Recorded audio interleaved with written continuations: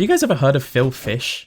Developer of Fez, a wildly popular indie game back in the early 2010s, following a 2D character that finds out he lives in a 3D world. Gaining tons of support with almost every review being either a 9 or 9.5, Fez turned its developer into a star of the genre almost overnight. However, it wasn't good enough for him. Being frustrated with the very few negative reviews he was getting, he would then go on to very bitterly leave the gaming industry, cancelling the sequel and saying things like, "I wish the gaming industry was a building so I could burn it down." Now, I've got to confess, this video is not about Phil Fish, but I did bring him up for a reason. Online negativity is inevitable. Double so for anyone with a following, and Phil Fish is a cautionary tale for those who seek that kind of following.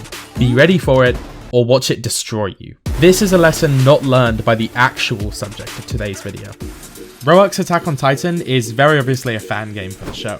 Initially releasing as the expected Titan killing game, it would then be worked on relatively silently for a while, before being released on May 8th of 2018, taking on a full focus on PvP gameplay instead, giving each player the choice between 3 weapons that appear within the show, those being the classic swords, anti-personnel guns, and thunder spears, all of which having access to one of the most advanced ODM movement systems in any game like it, allowing for one of the most movement-heavy third-person shooters with complexity rivaling even Smash Bros. And Melee.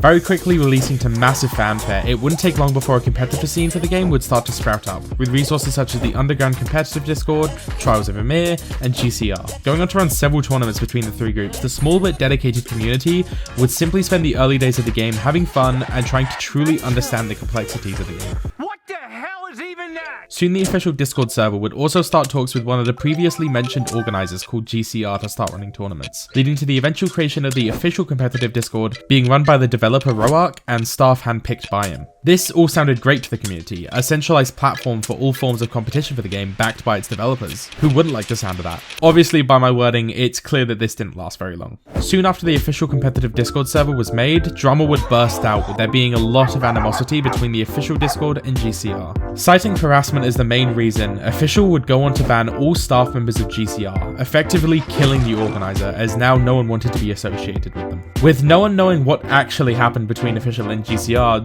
trust me, I tried to find out, the community at the time was confused, and already this caused people to be wary of Raot and his cause of harassment, as no one had actually seen anything too egregious in public chats, which was where Raot had claimed a lot of it had happened. Moving forward in the timeline a bit, with official now having pulled out of all community tournaments, it also became clear that the official tournaments themselves were being treated weirdly corporate, with more hoops needed to be jumped through than even some mid-tier level esports, while only having a community in the triple digits. That's kind of small. This caused only more annoyance to build between Raot and the community, as it was also around this time that it became clear that while it was commonly said that most decisions were handled by the staff of the official Discord, basically all decisions would either happen or not happen from Raot's decisions.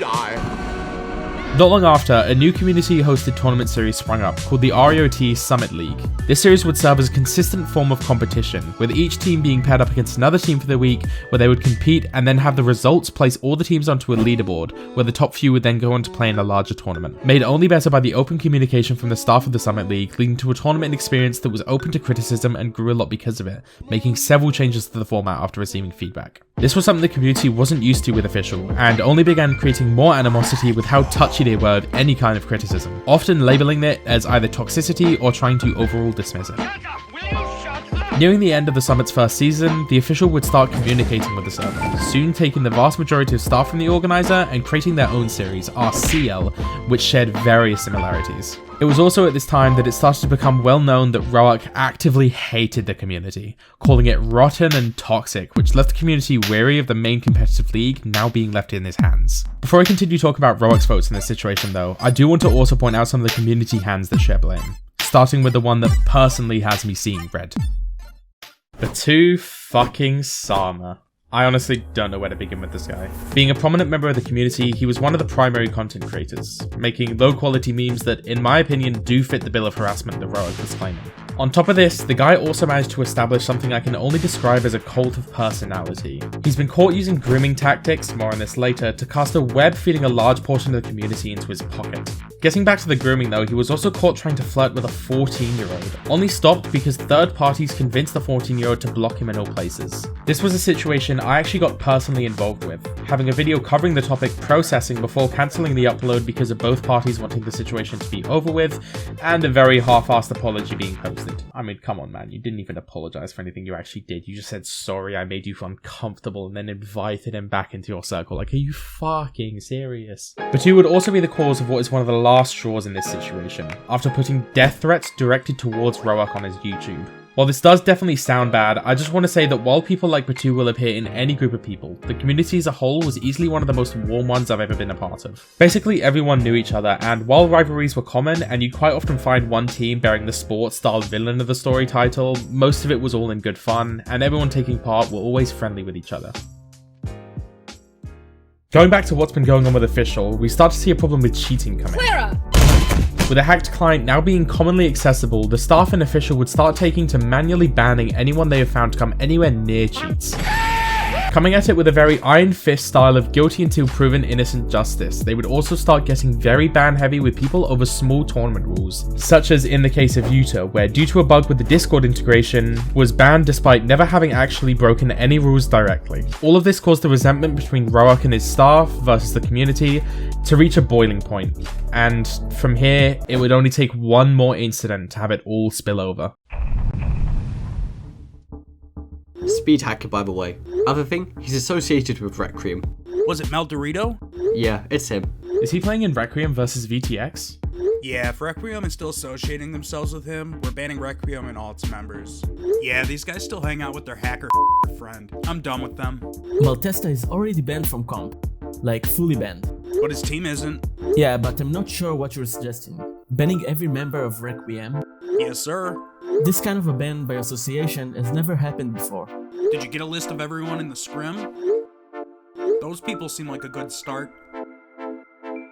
What happened to Requiem? Requiem got disbanded for their involvement with cheating. This whole drama kinda dumb. Way too exaggerated reaction by everyone.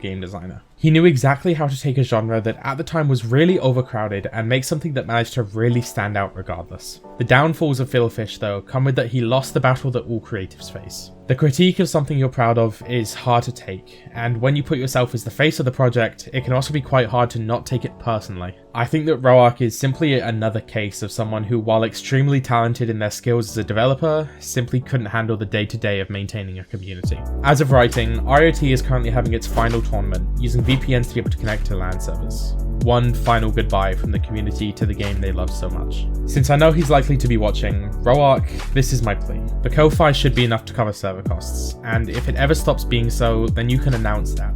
You don't have to continue developing for the game, you don't have to continue running tournaments for the game, but I urge you to let it be playable to those who still enjoy it. To everyone else watching, I hope you enjoyed this video. Big thanks to CatDev, GameFrank, and MediaManon for lending their voices for this video.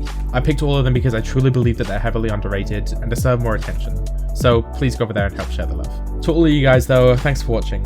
If you're more interested in more deep dives into the pasts of games, I recommend going and check out my Overwatch video. If you're willing, I hope you'll drop me a like or a sub, and I hope you all have a good rest of your day.